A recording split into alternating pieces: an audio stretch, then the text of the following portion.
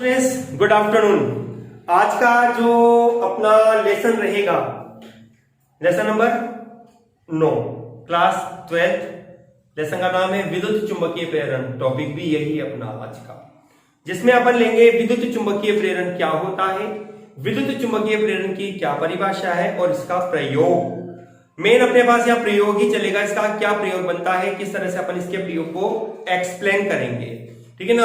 विद्युत चुंबकीय प्रेरण कैसे उत्पन्न होता है, उसका कारण पता लगाएंगे, कितना होगा उसको भी पता लगाएंगे, और फिर अंत में हम पढ़ेंगे फेराडे के विद्युत चुंबकीय प्रेरण से संबंधित नियम। ठीक है स्टूडेंट्स, चलिए वीडियो को अपन आगे बढ़ाते हैं। हमने एक डाला विद्युत चुंबकीय प्रेरण, आप भी टॉपिक डालिए विद्युत चुंबकीय प्रेरण।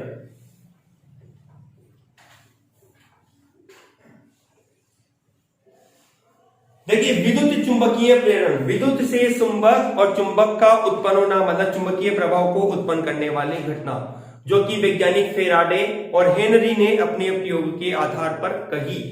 देखो स्टूडेंट्स, मैं बोर्ड पे 4 चित्र आपको बता रहा हूं और इन 4 चित्रों के द्वारा ही हम विद्युत चुंबकीय प्रेरण की घटना को समझेंगे।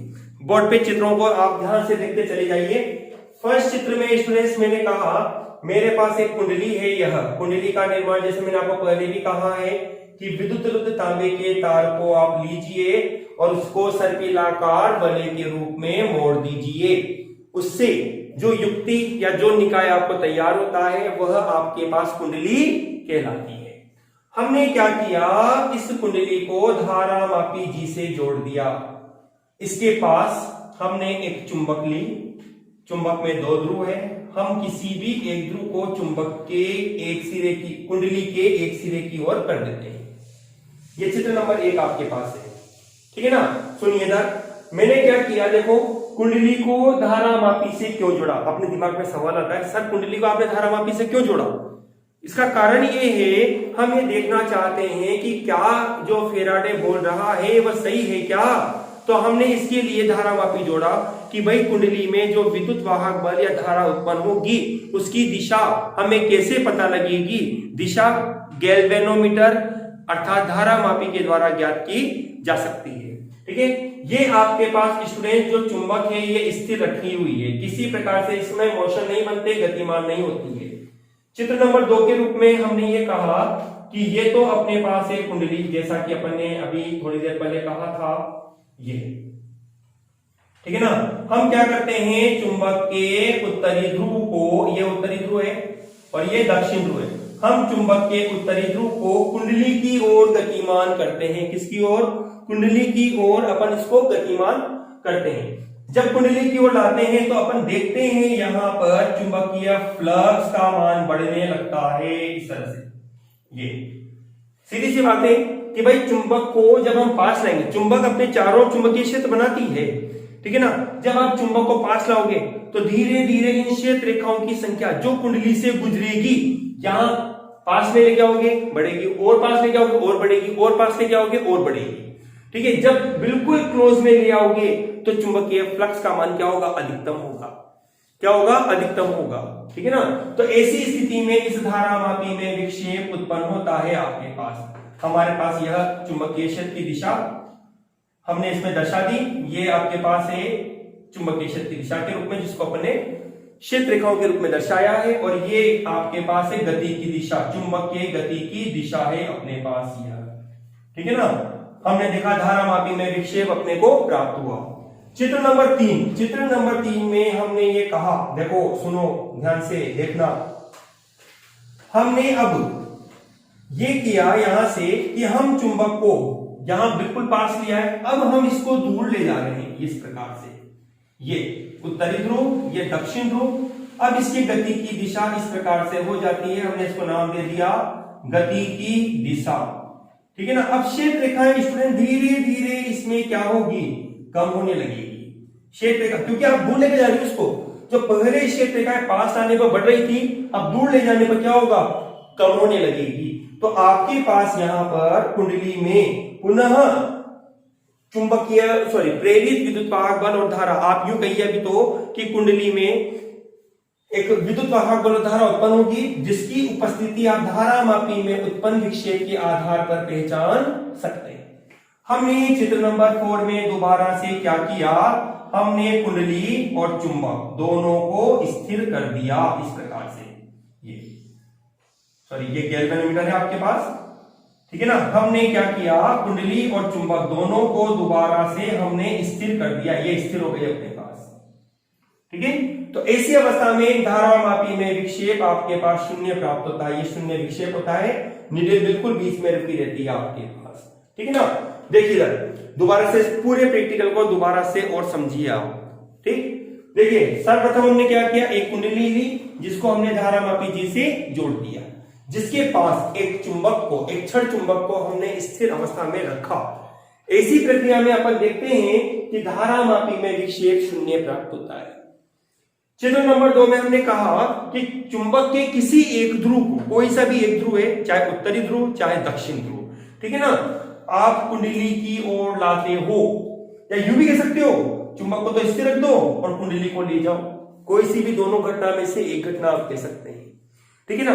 तो अपन ये देखते हैं कि जब कुंडली को इसकी ओर या इसको कुंडली की ओर लाते हैं तो इन क्षेत्र रेखाओं की संख्या में क्या होती है, वृद्धि, क्योंकि जैसे जैसे चुंबक पास आएगी तो इससे गुजरने वाली क्षेत्र रेखाओं की संख्या में वृद्धि होगी, अर्थात चुंबकीय फ्लक्स का मान, सुनना मेरी बात को ध्यान से, यहां न्यूमेरिकल भी रहेगा आपका, और किस तरह से न्यूमेरिकल को आप बिल्कुल ट्रिक के रूप में याद रखोगे आप यहाँ पे।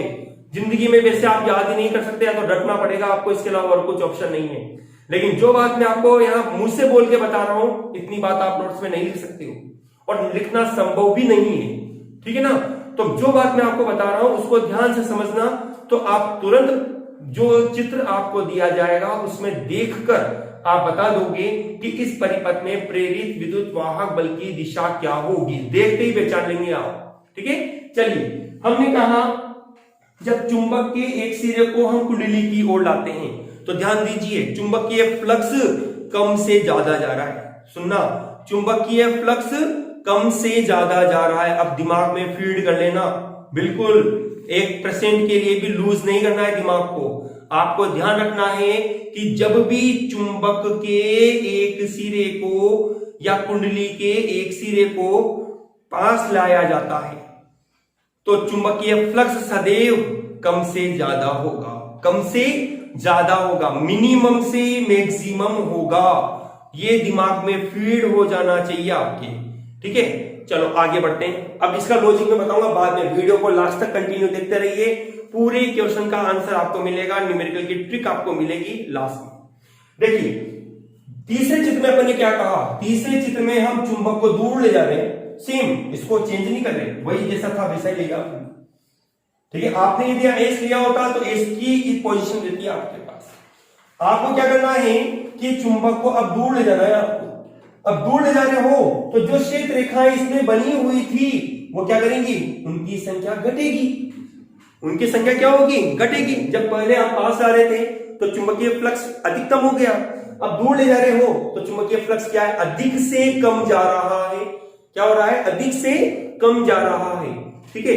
यहां चुंबकीय फ्लक्स था, पास लाने पर चुंबकीय फ्लक्स कम से ज्यादा होता है, दूर ले जाने पर चुंबकीय फ्लक्स ज्यादा से कम होता है, ठीक है। चित्र नंबर 4, चित्र नंबर 4 में हमने कहा कि पुनः हमने चुंबक और कुंडली दोनों को स्थिर कर दिया तो हम देखते हैं धारा मापी में विक्षेप शून्य होता है। ये दो अवस्था ऐसी अवस्था बनी जब चुंबक और कुंडली दोनों स्थिर होते हैं तो धारा मापी में कोई विक्षेप उत्पन्न नहीं होता।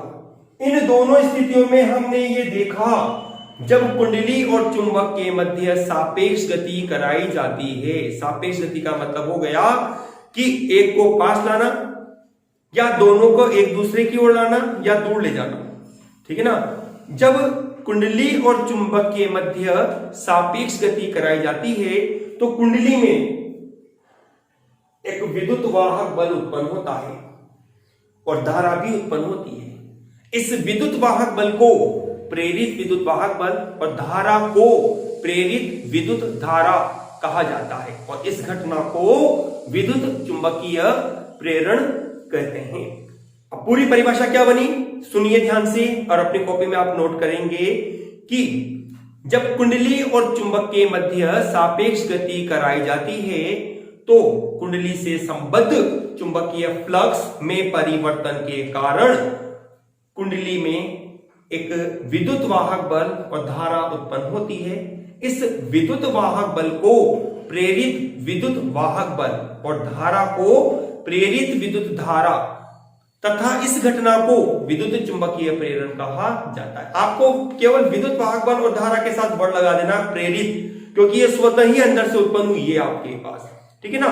ये तो अपन ने पढ़ा विद्युत चुंबकीय प्रेरण के लिए फेराडे द्वारा किया गया प्रयोग। अब स्टूडेंट्स अपन पढ़ेंगे फेराडे ने इस विद्युत चुंबकीय प्रेरण से संबंधित दो महत्वपूर्ण नियम दिए जिन्हें हम फेराडे के विद्युत चुंबकीय प्रेरण के नियम कहते हैं। आप इसका जल्दी से अपनी कॉपी में नोट करिए, फिर हम हमारे वीडियो को आगे बढ़ाते हैं।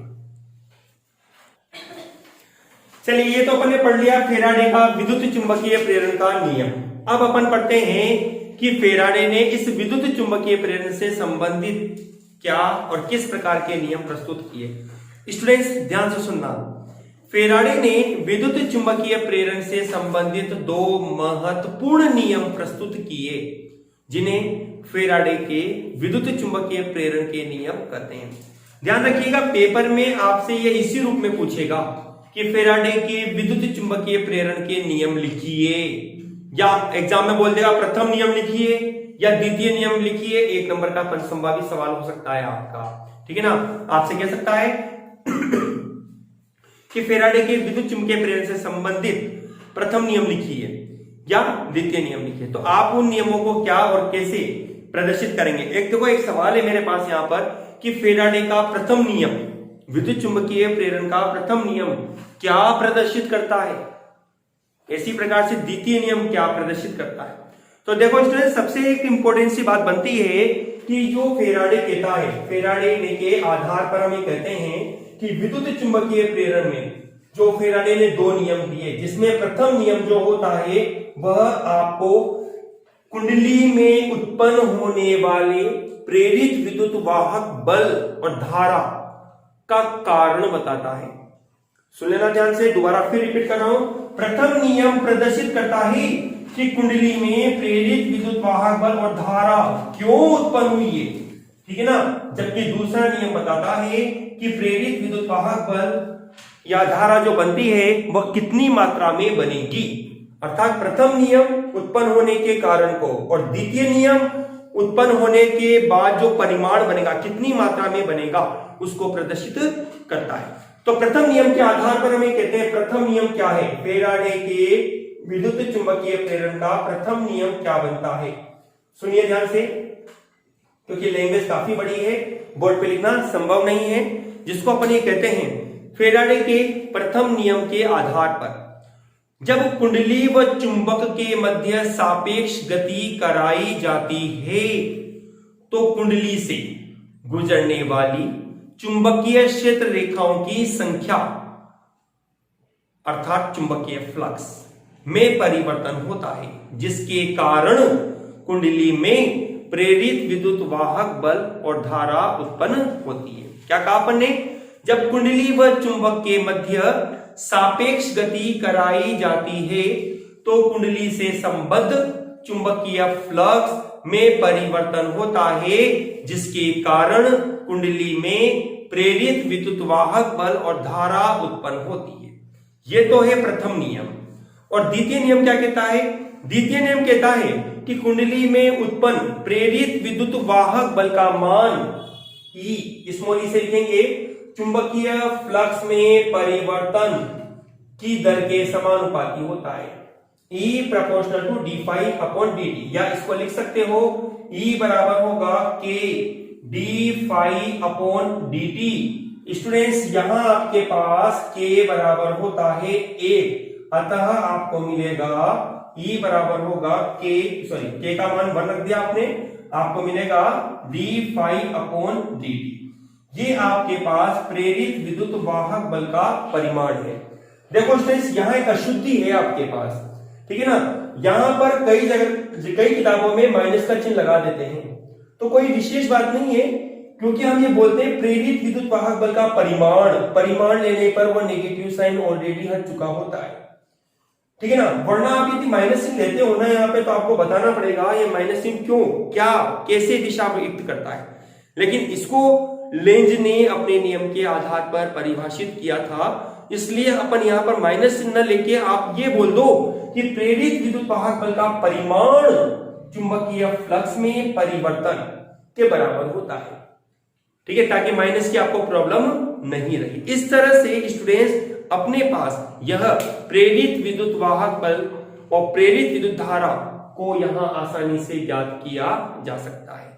यदि हम ये कहें कि सर आपने तो ये प्रेरित विद्युत वाहक बल ज्ञात किया, धारा कहां है, तो कोई दिक्कत नहीं है, आप यहां नोट दे सकते हैं। नोट के रूप में मैं स्टार डाल देता हूं इसको। यदि मैंने कहा यदि कुंडली का प्रतिरोध कैपिटल आर हो तो आपको बनता है I बराबर E अपॉन R ओम के नियम के आधार पर, ठीक है ना। हमने E ये फॉर्मूला रहा, तो इस आधार पे अपने पास बनेगा I बराबर 1 upon R d∅ upon dt, ठीक है ना। हम यहां पर एक चीज और कहेंगे, यदि कुंडली में कैपिटल N फेरे हो तो आपको बनेगा I बराबर N बटे R और d∅ अपॉन dt। ये अपने पास प्रेरित विद्युत वाहक बल का प्रेरित विद्युत धारा और यह है प्रेरित विद्युत वाहक बल। इस तरह से अपने पास फेराडे के विद्युत चुंबकीय प्रेरण से संबंधित दो नियम संपन्न होते हैं, ठीक है स्टूडेंट्स। देखिए अब यहां पर आपके पास आपकी बुक में एक एग्जांपल दे रखा है, एग्जांपल नंबर 3। उसको अपन बोर्ड पे देखते हैं, फेराडे के नियम उसमें किस तरह से उपयोग में लिए जाएंगे, आप उसको यहां पर आसानी से समझेंगे।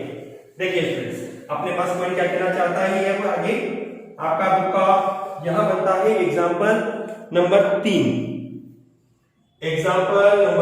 आपके बुक का है, ठीक है ना। ये कहता है आपसे एक कुंडली चुंबकीय क्षेत्र बी में इस प्रकार रखी जाती है कि कुंडली का तल चुंबकीय क्षेत्र की दिशा के लंबवत है, यदि कुंडली से संबद्ध चुंबकीय फ्लक्स फाई बराबर आपको दे रखा है, फाई बराबर 2t square minus 6t plus 9 weber, ठीक है ना, वेबर। तो आपको ये बताना है t बराबर 5 सेकंड पर, t बराबर 5 सेकंड पर प्रेरित विद्युत वाहक बल क्या होगा, देखिए स्टूडेंट्स, जैसा कि अपन ने कहा था एक सामान्य रूप बोल रहा है, E बराबर है आपके पास सॉल्यूशन है इसका, E बराबर है माइनस के d∅ अपॉन dt। जैसा भी मैंने आपको कहा है कि माइनस चिन्ह परिमाण की स्थिति है, क्योंकि यह अपने से एक्चुअल वैल्यू फाइंड आउट करवा रहा है, इसलिए अपन ने यह माइनस चिन्ह को हटाया नहीं है, माइनस चिन्ह को अपन ने लेके रखा है, ठीक है। अपने पास वैल्यू बनेगी minus d upon dt, phi का मान रखा 2t स्क्वायर माइनस के 6t और प्लस के 9, ठीक, माइनस अवकलन करेंगे इसका 4t और माइनस के हो जाता है 6, ठीक है। इस प्रकार t बराबर 5 सेकंड पर प्रेरित विद्युत वाहक बल क्या बनेगा, आपको मिलेगा E बराबर माइनस के 4 इंटू 5 माइनस के 6, कितना हो जाएगा 5 चौक 20 और माइनस के 6, मतलब कि माइनस के 20 माइनस 6, अर्थात E बराबर होगा माइनस के 14 वोल्ट। ये अपने पास प्रेरित विद्युत वाहक बल का मान प्राप्त होता है। इस तरह से स्टूडेंट्स अपन यहां पर प्रेरित विद्युत वाहक बल का मान फेराडे के नियम पर ज्ञात कर सकते हैं। इसलिए मैं फिर कह रहा हूं, क्योंकि ये कंफ्यूजन रहता है, प्रथम नियम में ऑब्वियसली अपनी बुक में दे रखा है मोड ई के रूप में, ठीक है, कोई प्रॉब्लम वाली बात नहीं, आता माइनस साइन है वहां पर, एक्चुअल रूप उसका माइनस साइन के रूप में होता है, लेकिन यदि आप लैंग्वेज के रूप में परिमाण शब्द बोलते हो तो माइनस नहीं लगाना है आपको, ठीक है ना, आपको माइनस नहीं लगाना है। ठीक है स्टूडेंट्स, क्लियर है आपको मेरी बात? तो ये ध्यान रखिए, यदि परिमाण बोलते हो तो माइनस चिन्ह नहीं लिखना, और परिमाण नहीं बोलते हो आप तो आपको माइनस चिन्ह लेना कंपलसरी होगा। ठीक है ना। इस तरह से स्टूडेंट्स आज की अपनी यह क्लास कंप्लीट होती है। आई होप आपको वीडियो अच्छी लगी होगी। वीडियो को अधिक से अधिक शेयर, लाइक और कमेंट अवश्य कीजिए, और हो सके तो चैनल को यदि आपने सब्सक्राइब नहीं किया तो सब्सक्राइब अवश्य कीजिए स्टूडेंट्स, और से ज्यादा शेयर भी करिए। और यदि आपका कोई डाउट बनता है तो आप उसको कमेंट बॉक्स में लिखकर मुझे सेंड कर सकते हैं। उसका सॉल्यूशन हम हमारी नेक्स्ट वीडियो में आपको अवश्य देंगे। Thank you students.